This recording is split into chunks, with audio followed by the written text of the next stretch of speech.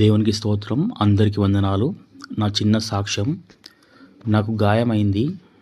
నా చెయ్యి నుజ్జయింది. నా గోరు మధ్య భాగం నుంచి పైకి కట్ అయిపోయింది మొత్తానికే.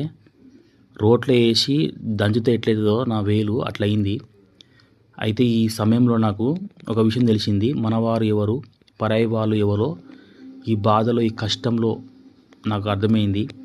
అంతకుముందు తెలిసిన మనసుల నిజస్వరూపం కంటే ఇప్పుడు ఇంకా లోతుగా అర్థమైంది. ఇంకా ప్రత్యేకంగా అబ్రహమన్న ప్రతిరోజు ఉదయకాలం నా కోసం ప్రత్యేకంగా ప్రార్థించేవారు. క్రియ రూపంలో కూడా నా పక్కన నిలబడ్డారు. భార్యాభర్తలు వచ్చి, సుధాక్క కూడా వచ్చి, ఇద్దరు నిత్యావసరాల కొంత ఆర్థిక సాయం కూడా చేసిళ్ళు.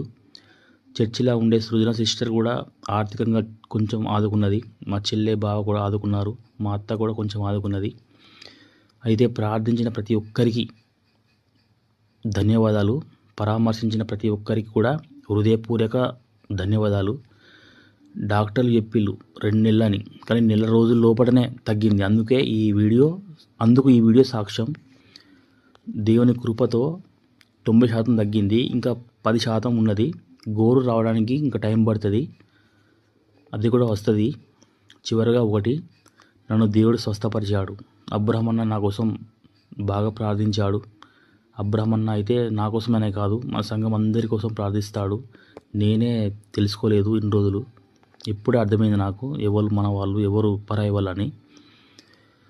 అయితే ఇదే నా చిన్న సాక్ష్యం. నేను సాక్ష్యం చెప్పలేను, ఎందుకంటే నేను నలుగురిలో మైక్ తీసుకుని మాట్లాడుతా అంటే నాకు నత్తి వస్తుంది. కొంచెం నాకు నాలుక మాంద్యం.